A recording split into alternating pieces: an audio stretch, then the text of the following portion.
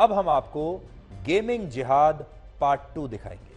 आपको याद होगा कल हमने आपको गेमिंग जिहाद बताया था, गेमिंग जिहाद के बारे में बताया था, जिसमें स्कूल जाने वाले नाबालिग लड़कों को ऑनलाइन गेम्स के जरिए उनका ब्रेन वॉश किया जाता है और ब्रेन वॉश करके उन्हें इस्लाम धर्म को कबूल करने के लिए प्रेरित किया जाता है। और 4 मामले ऐसे कल हमने आपको बताए थे। आज इस गेमिंग जिहाद के 2 नए मामले सामने आ गए हैं। यानी कल 4 मामले थे, आज 2 और मामले सामने आ गए। 6 मामले अब तक सामने आ चुके हैं। और आज जो सामने आए हैं 2 लड़के, उनमें एक नाबालिग लड़का लुधियाना का है और दूसरा लड़का मुंबई का है। इसलिए आज हम आपको बताएंगे कि इस मामले में गिरफ्तार हुए आरोपी ने पूछताछ में पुलिस को क्या क्या बताया है और यह पूरा रैकेट कैसे पूरे भारत के नाबालिग लड़कों का ऑनलाइन गेम्स के जरिए ब्रेन वॉश करता है। इसलिए आपको इनके तौर तरीके, इनका बिजनेस प्लान पता होना चाहिए ताकि आप अपने बच्चों को इससे बचा सकें। और ये वो वीडियो गेम है जो आपकी स्क्रीन पर चल रहा है, इसको कहते हैं फोर्टनाइट गेम। तो कल भी हमने आपको कहा था आप चेक कर लीजिए कहीं आपका जो बच्चा है वो भी ये फोर्टनाइट गेम तो नहीं खेल रहा। और उस फोर्टनाइट गेम के ही अंश हम बार बार स्क्रीन पर चला रहे हैं, ये वो गेम है। लेकिन सबसे पहले आपको बताते हैं कि इस मामले में पिछले 24 घंटे में क्या क्या हुआ है। यह बहुत बड़ा मामला है और यह बहुत बड़ा खुलासा है, इसे गंभीरता से लीजिएगा। पहला, धर्म परिवर्तन के इस मामले की जांच अब एनआईए कर सकती है। यह बहुत बड़ी बात है कि एनआईए को यह जांच सौंप दी जाए। इससे आपको इस पूरे मामले की गंभीरता के बारे में पता चलेगा। दूसरा, पुलिस ने यह माना है कि ऑनलाइन गेमिंग एप्स के जरिए जिन गैर मुस्लिम नाबालिग लड़कों को धर्म परिवर्तन के लिए उकसाया गया, उनकी संख्या 4 नहीं बल्कि 400 भी हो सकती है। और यही बात हमने कल आपसे कही थी कि यह संख्या 4 नहीं 400 हो सकती है, 40,000 भी हो सकती है और 4 लाख भी हो सकती है। अभी तो शुरुआत है, अभी तो जांच शुरू हुए, मुश्किल से 1 हफ्ता भी नहीं हुआ और आप देखिए रोज नए मामले सामने आ रहे हैं। पिछले 24 घंटे में पुलिस को ऐसे 2 और नाबालिग लड़कों के बारे में पता चला जिन्हें इस्लाम धर्म अपनाने के लिए उनका ब्रेन वॉश कर दिया गया। इनमें एक लड़का पंजाब के लुधियाना का है, दूसरा मुंबई का है। तीसरी बात, अब तक की जांच में ऐसा शक है कि इस धर्म परिवर्तन के षड्यंत्र के पीछे हिज्ब उत तहरीर नाम का एक इस्लामिक कट्टरपंथी संगठन हो सकता है।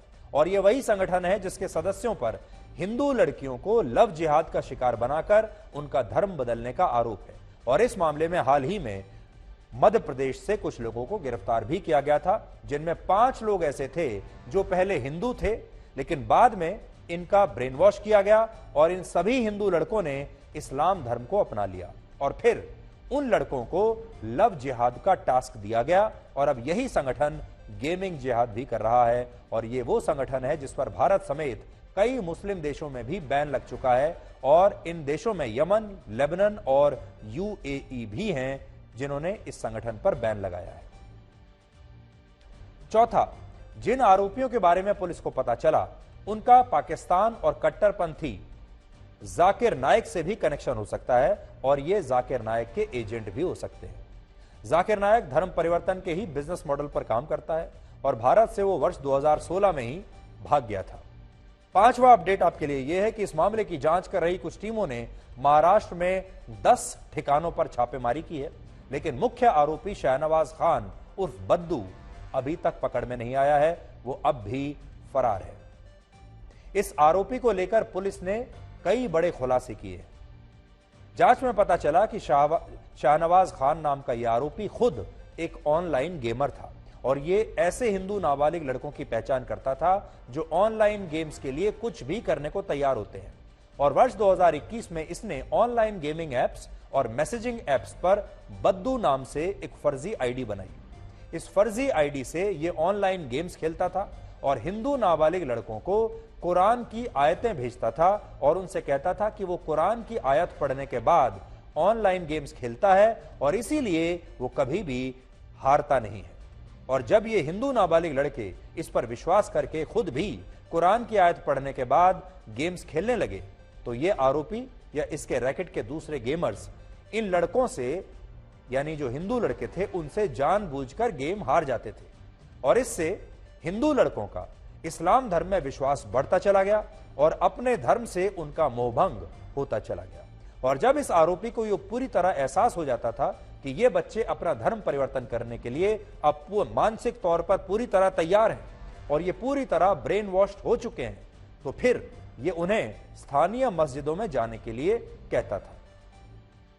जैसे इस मामले में गाजियाबाद के दोनों गैर मुस्लिम लड़कों को वहां की जामा मस्जिद में एक मौलाना से संपर्क करने के लिए कहा गया, जिसका नाम अब्दुल रहमान उर्फ नन्नी है। इस आरोपी को पुलिस ने गिरफ्तार कर लिया है और इसने पूछताछ में कई बहुत बड़े खुलासे किए हैं। इसने गाजियाबाद के दोनों गैर मुस्लिम लड़कों को धर्म परिवर्तन के लिए उकसाने की बात कबूल की है और इस मामले में जैन धर्म को मानने वाले नाबालिग लड़के का तो इस कदर ब्रेन वॉश किया गया था कि जब उसके माता पिता ने इस लड़के को मस्जिद जाने से रोका तो लड़के ने खुद ही पुलिस की पीसीआर वैन को कॉल कर दिया था और लड़के ने अपने परिवार को यह धमकी दी कि अगर आपने मुझे रोका तो मैं पुलिस में रिपोर्ट कर दूंगा और दूसरा घर छोड़कर मस्जिद में रहने लगूंगा। सोचिए किस कदर उसका ब्रेन वॉश हो चुका था। गाजियाबाद की जामा मस्जिद के मौलाना ने यह बात भी मानी कि वो इन लड़कों को नमाज पढ़ने से लेकर इस्लाम धर्म के और कुरान के बारे में सब कुछ बताता था और इसी दौरान इन लड़कों को अपने धर्म से इतनी नफरत हो गई कि ये लड़के इस्लाम धर्म को सर्वोच्च मानने लगे और ये एक बहुत चिंताजनक बात है। यहां एक और समझने वाली बात यह है कि इस्लाम धर्म के प्रति लोगों का झुकाव इसलिए ज्यादा हो रहा है क्योंकि बाकी धर्मों की तुलना में इस्लाम धर्म में धार्मिक शिक्षा पर बहुत ज्यादा जोर दिया जाता है। यह बात आपको आज ध्यान से सुननी होगी।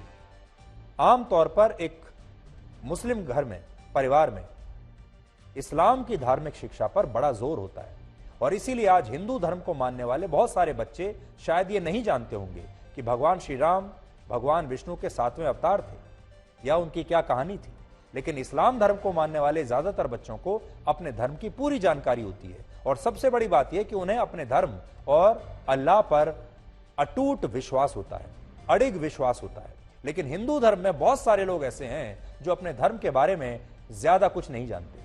आज मैं आपको हाल ही में आई फिल्म द केरला स्टोरी के 2 बहुत महत्वपूर्ण सीन्स के बारे में बताना चाहता हूं और इनके बारे में शायद आपको पता भी हो सकता है ना भी पता हो। इनमें एक सीन में एक मुस्लिम लड़की हिंदू लड़कियों से भगवान शिव का अपमान करते हुए कहती है कि जो भगवान अपनी पत्नी की मृत्यु पर आम आदमी की तरह रोता हो वो भगवान कैसे हो सकता है। और क्योंकि इस फिल्म में इन हिंदू लड़कियों के पास इस सवाल का कोई जवाब नहीं होता इसलिए वो चुप रह जाती है। लेकिन जब एक लड़की को एहसास होता है कि वो लव जिहाद का शिकार हो चुकी है, फंस चुकी है, तो वो अपने माता पिता से ये कहती है कि उन्होंने उसे अपने धर्म के बारे में कभी कोई शिक्षा क्यों नहीं दी, उसे अपने धर्म के बारे में, हिंदू धर्म के बारे में कभी जानकारियां क्यों नहीं दी। और ये डायलॉग भले ही फिल्म का हो लेकिन हिंदू धर्म में ज्यादातर बच्चे इस बात का अनुभव करते हैं कि उन्हें उनका परिवार ही उनके धर्म के बारे में पूरी जानकारी नहीं देता, ना ही कभी उन्हें बताता है।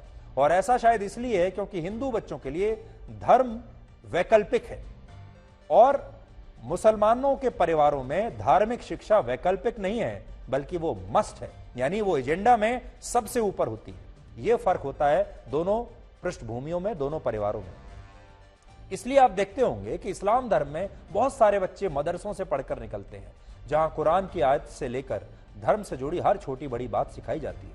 लेकिन हिंदू धर्म में बहुत सारे लोग अपने धर्म के बारे में बात करने को इस तरह से देखते हैं कि वो अपने बच्चों को धर्मनिरपेक्ष विरोधी शिक्षा दे रहे हैं और शायद उन्हें कट्टर बनाने की कोशिश कर रहे हैं, जबकि ऐसा नहीं है। अपने धर्म की शिक्षा देने से बच्चे कट्टर नहीं बनते।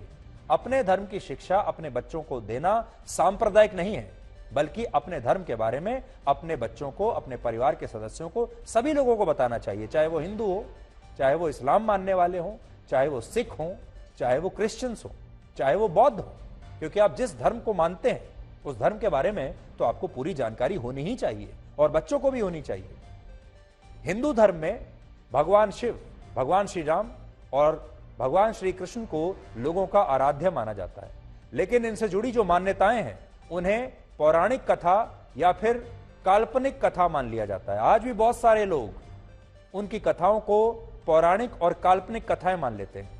उन्हें इस बात का विश्वास नहीं कि वाकई में ऐसा हुआ था।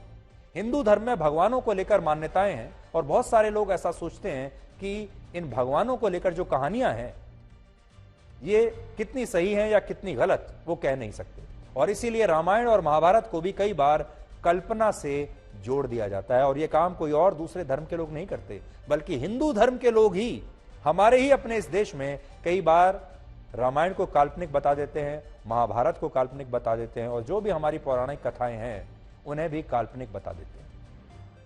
कुछ लोग ऐसा भी कहते हैं कि जिस हिंदू धर्म में भगवान श्री राम को 14 वर्ष का वनवास काटना पड़ा तो फिर वो भगवान कैसे हुए, या जिस हिंदू धर्म में भगवान शिव अपनी पत्नी की मृत्यु पर तीव्र दुख से गुजरे तो वो भगवान कैसे हो सकते हैं। तो ये लोग असल में जानते ही नहीं कि सनातन धर्म कर्म के उल्लेख पर आधारित है, कर्म के उल्लेख पर, और हिंदू धर्म अनेकों भगवानों से, देवी देवताओं से बना हुआ है। हिंदू धर्म में अग्नि, जल, वायु, सूर्य, चंद्रमा, मिट्टी, पहाड़, वृक्ष, नदी, पशु, पक्षी और यहां तक कि अतिथि को भी भगवान स्वरूप माना गया है। और इसीलिए इस धर्म में लोग अपने से बड़े और दूसरे लोगों की वंदना में भी नमस्कार करके अपना सिर झुकाते हैं, क्योंकि हिंदू धर्म एक भगवान में विश्वास नहीं करता, बल्कि हिंदू धर्म पूरी सृष्टि की वंदना के सिद्धांत को मानता है। इसलिए क्योंकि हिंदू धर्म में बच्चे अपनी संस्कृति और धर्म को जानते ही नहीं है, इसलिए वो बहुत आसानी से धर्म परिवर्तन के ऐसे बिजनेस मॉडल्स के जाल में फंस जाते हैं, क्योंकि उन्हें उनके बचपन से ही हिंदू धर्म के बारे में अच्छी तरह से शिक्षित किया ही नहीं गया है।